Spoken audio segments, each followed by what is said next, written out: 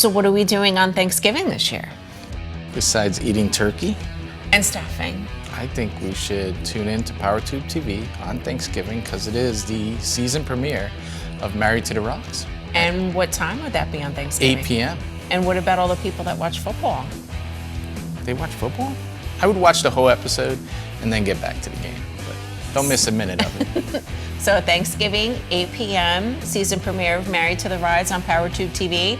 And if you are watching football or if you're having seconds and you miss it, we'll be premiering again on Sunday evening at 8 p.m. and then every Sunday thereafter for season 2. Tune in.